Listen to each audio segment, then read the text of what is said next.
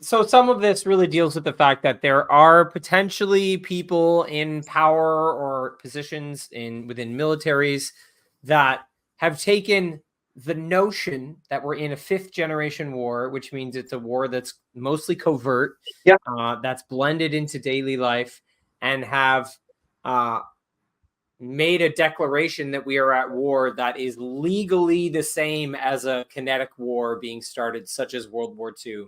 Yes. So they're giving legal precedent to a declaration of fifth generation warfare. Yes. And also bio warfare and a bunch of other things. But yeah, they've updated the term a little bit, so I'm not saying it completely correctly, but it's basically special operations continuity of government. Yeah, and a lot of this goes into like the devolution series and like all the work that's been done on that series. I think if people are interested in going down that rabbit hole, the devolution body of research is that will inform you a lot about some of what you're referring to, right? With like some of the executive orders and the things that are allegedly occurring within a devolved form of U.S. government. That's a continuity of government plan. There's some stuff there that I think if people want to go down that rabbit hole, I would look up devolution. I think it's devolution.link, something like that. Yeah. And there are a few other things like Derek Johnson's got some good stuff about the executive order, and he breaks it down in a pretty simple way. But ultimately, like it's good stuff to dive into, and part of that is where our treaty process comes in, because when you're dealing with a hostile belligerent in warfare, ultimately your highest form of law is treaty. After treaty comes reparations and restitution and all those other kinds of things. But that's a little bit like down the line, even though that is something that we've been doing this entire time. But the rabbit hole might delay from the call to action, right? And at the moment, the call to action is really the important thing, right? Like people can kind of research and do those, but Akwasi alluded to this danger, and Lord knows we've seen it in practice many times. But the idea of being, like people get caught up in that eternal research, and it's like the eternal student, right? Like I spend, like 15, 20 years in university. Well, what do? Well, I study, right? But you don't do what purpose, my friend? Anything, right? Like, we call it karate do. Do is a way, right? But it's like karate, do it. It's like it's spelled the same way, right? Like so point being, yes, all that stuff legit, really good to know. But ultimately, the really simple things are, we are under attack. I don't think anybody in our community is disputing that, right? We're under attack. The threat is existential. They are trying to bankrupt us and get us to the point of, we can't afford our own things, so we're going to depend on it. Own nothing, be happy. We know all of those kinds of things, right? We know them. We've seen them. I talk to people every day that have taken, that were coerced into 2 or 3 shots, and you got like a dead neighbor, a blood clot. Like, we know all of this stuff already. So now is the time for some action. So, we've got the grand jury action coming into things. We've got June 3rd. That's another big one. But again, we see them actually using the word treason in Parliament. Arrive can, like that's being ripped apart, right? Like the fact that this thing was a bioweapon created in conjunction with like Canada, America, UK, China, like that's getting out in the open now. Like we are at the point where if we hit, that's gonna matter. You know what I mean? And we're at a really, really, really key moment in history where we can actually turn the tide on this thing if we show up.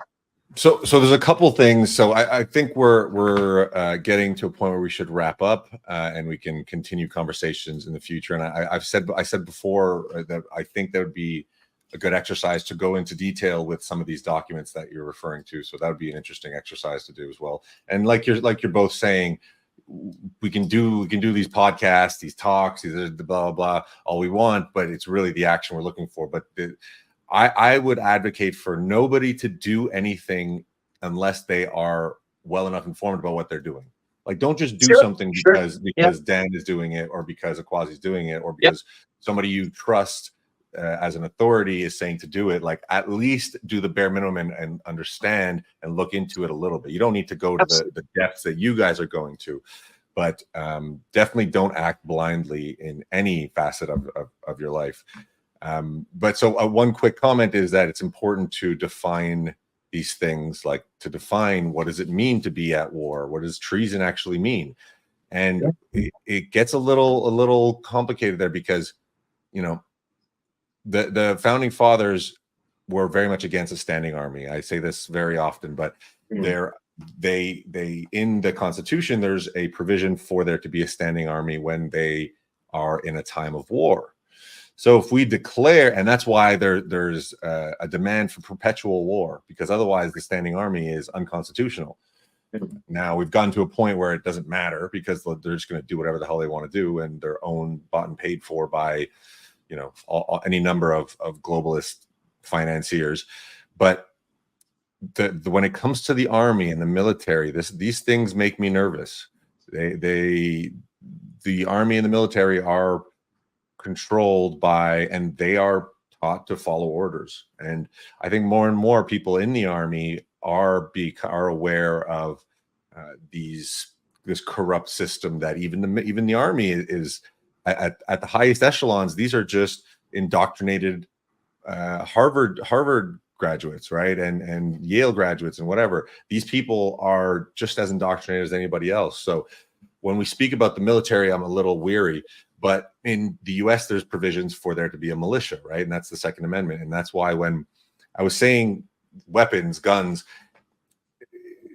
I'm not saying, all right, everybody take out your guns, but it's important as a deterrent, right? And it's important, and that Canada is in a much different place than America in terms of that, because they actually have in their Constitution, which I think they face the same problems as we do in all this. So a lot of it is illegitimate, but they actually have the lawful ability to form militias and to self-police. And they're called to do that. It's the Second Amendment of the Constitution, right after freedom of speech and religion. And it's the Second Amendment for a reason, because it is to deter despotic government. So yeah, guns have their problem in America, and America has this problem with guns, but that to me is a lot more because of a culture degradation than it is about guns per se, because anything can be used as a weapon. The gun aspect makes it easier, but if you have a culture that is so fragmented, so divided, and so perverted on every level of our culture, in art, in politics, in social respects, you have a people that no longer have a value system to live by, and violence and gang activity and crime, and you know, they made it essentially legal to loot a store in California up to $1,000. Like, this is a very planned degradation of our society by people that understand that they need to divide to conquer. And so there's a lot there, and we can get to these things as we go. But so there's a lot of actionable things that you guys have brought up that are, you know, and I admire you guys tremendously for what you're doing. And it's so important to, like I said, not everybody's going to want to take part in this. And for those people that want to stay in a system, if you consent to that system, stay in it. You know, that is what it is. But for the people that are awake to this and understand that we are in many senses subjugates of this illegitimate authority, which is just our fellow citizens. It's our fellow people. Why the arrogance that Justin Trudeau walks around with is beyond angering, but they work within the system, and they derive authority just from their indoctrination. So this is so important what you guys are doing. Do you guys have some closing remarks that you would like to end off on, and then I think we wrap up and we come back? Akwasi, you want to go first, or? What just came to mind was open your heart and make up your mind. I like it. That's that's a good one. It's very thorough. It's very all-encompassing. It really is. We often say to folks, you can't have 1 foot on the banana peel and 1 foot in the grave.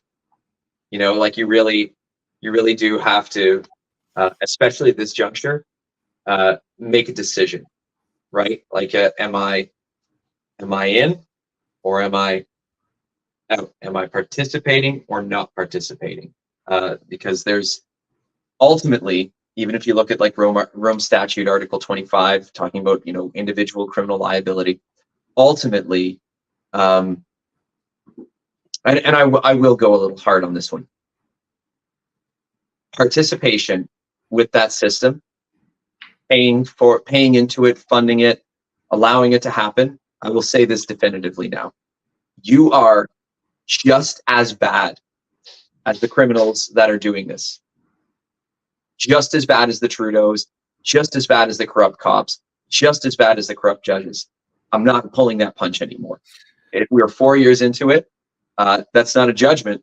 That's an objective fact. So this is something that we can maybe come back to in the future, or we have time. I guess we can go through it now. But the taxes is something that we have not gotten into in depth. But this is what you're talking about, right? We're funding this through our taxes. Sure. Is that so? How this is probably a whole discussion in itself. But there are people that, I mean, there's ways of getting out of paying taxes to fund this crime syndicate. How to do that, or what's the steps? I'm not saying what the steps to do right now, but where do people start to look if they want to go down that path? Easy one. So www.tngalliance.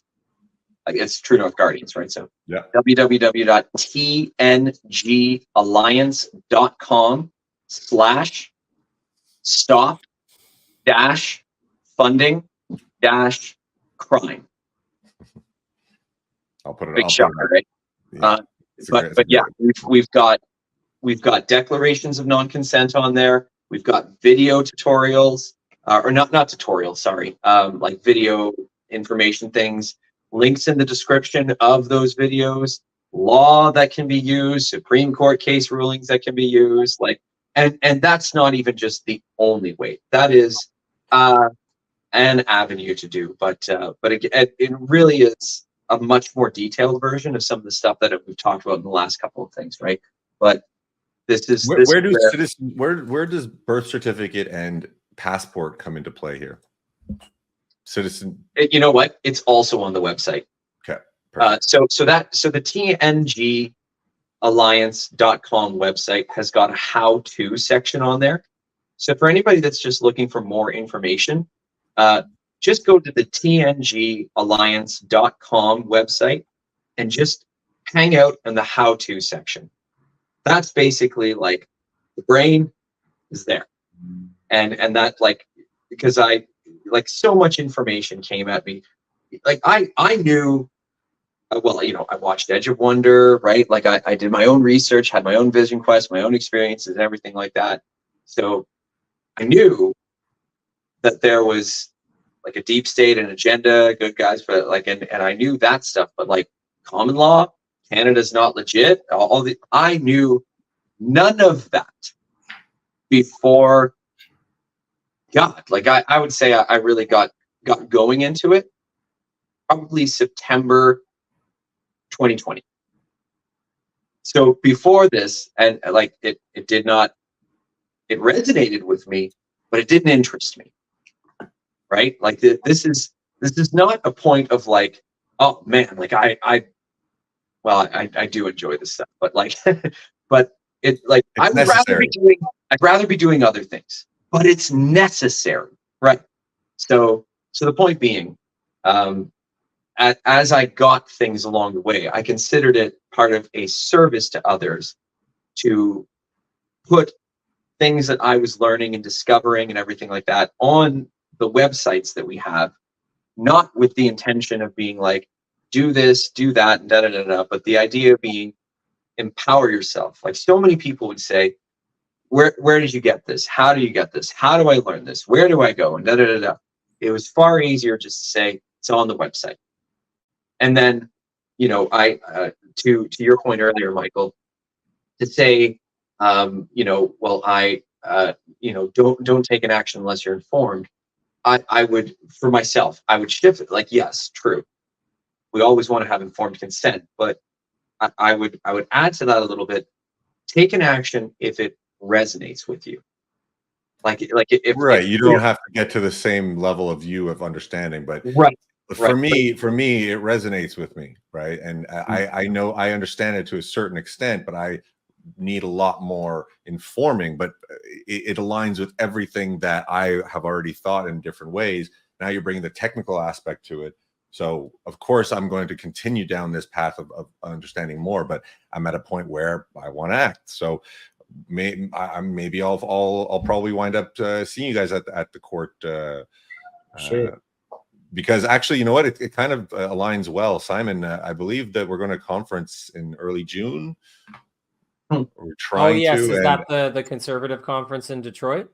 Yeah, and then I was going to come through Toronto and then go there. So yeah, well, that sort of circles back because you were asking, Michael, what is our capacity to cover this court case? What can we do in terms of footage, coverage, interviews? What are we allowed to do? Well, I don't think you can bring a camera into the courtroom, but I mean, you certainly be able to, like, you know, like there were breaks throughout the day, right? Like you could be there as a reporter.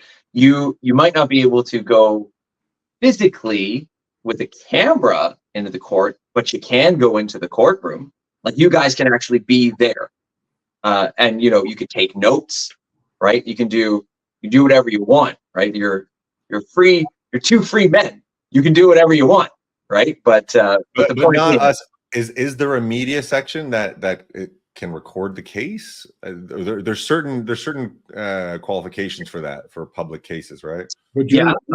And what's that, Akwasi? Saying during the recess we could definitely talk. I'm assuming, like, right. Okay. After the fact, yeah. Outside, just document that, and then.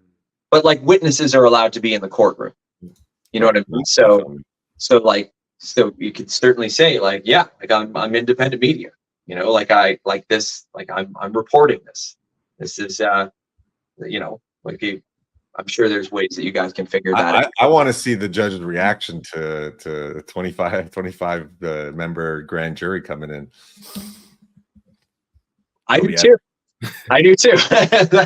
I'm really looking forward to that one, right? But especially if it's like, if she knows that like there's a 25 person grand jury indictment that's happening right there, and there's, you know, X amount of witnesses in the courtroom, and on top of that there's like 10,000 people hanging out there, like it doesn't matter, like the officers of the court, like everybody, they're gonna fucking pay attention, right? Because they know that's what needs to that happen. like this isn't staying in their little bubble here, right? Like when they try and divide and conquer, and they see that there's no division, that's that changes the name of the game. And to my knowledge, no one in Canada has done this. Like with everything that we've got along the way and all the proof that we've had there. You know, you've got, like, you know, tribal chiefs and things like that here and there that have done it sporadically, and they've had their successes and everything like that. But like in terms of COVID, in terms of everything standing on defending a child from and you know, and a mother from this process, in terms of what's been done to 4 people out of paperwork, and like people that have performed citizens arrests and shown the police haven't done their job, shown the RCMP, OPP, like all these, like shown so many steps along the way that the entire system is busted and has been busted for more than 4 years, and are coming in and saying, we have 4 years of evidence to show that you are criminally negligent, obstructing justice, and, you know, fraudulently trading on a bond and financially and all that other kind of stuff. And on top of that, we have a grand jury right here that's indicting you for being illegitimate and committing all of these crimes right here. The rule of law is gone. We are here to show that. And you, judge, you don't have authority or jurisdiction over it, because when you were asked, you never proved it. And we have a grand jury and over 1,000 people standing right outside that know that. That has not been done to this date. And we have an opportunity to do that if we show up. Let's get people to show up. Simon, do you want to close us off with some remarks? Yeah, I think, you know, people are in a greater position now than ever to take these kinds of actions and to understand the nature of the war and the stakes of the war that we're in. So, you know, I really encourage people to share the information that motivates them, information like this. And, you know, for those of you that we are reaching that are local, that have the chance to participate, you know, please consider supporting and getting involved in this. As you guys said, this is being done successfully, especially in areas of the US. And I think Canada needs a win along these lines. So I think we're building the foundations of that which we will fall back upon when everything else crumbles. This is it to me. You know, these are the foundations to be built. So, you know, I'm here for it. And frankly, you know, Michael, I really do hope it lines up and that we can be there to support this and to get some good media coverage of it, because I'm very intrigued by their system being tested to such depths. You know, what else can we do in a 5th generation war? You know, to me, a big part of all of this is bring the war into the Overton window. Get the war acknowledged. The whole fact that the war itself is not being acknowledged is a huge disadvantage. So to me, this lines up with that. Bring the war into the Overton window. Do what you can to get people hip to the fact that this is a real war, evolved as it has. It's very, very real. So, you know, I want to thank you guys for doing what you're doing, and let you know that you're certainly welcome to continue to provide updates. And, you know, we look forward to offering some coverage of the upcoming court case in the summer. Thank you both very, very much. And thank you for providing a platform to get this out here. We're very, very grateful. Appreciate you guys. Thank you. Yeah, appreciate you guys coming on. I'll finish off quickly with reiterating something you said, Akwasi, is we gotta get rid of the obstacle of fear and just act. You know, at the end of the day, it's acknowledging there's a war. In wartime, there are sacrifices to be made, and we got to approach things without fear. So again, thank you guys so much for coming on. Let's talk soon. You got it. All right, take care, guys. Take care, guys. The Trudeau regime. The New World Order agenda. Canadian insight. Without free thought, there's no free will. We can't even say that this is Democrats or Republicans. That is not a left-wing, right-wing issue. So well, they couldn't be fooled. Communist warfare, communist warfare, communist warfare. Canada's reputation. 5th generation warfare. The line between citizen and soldier is gone.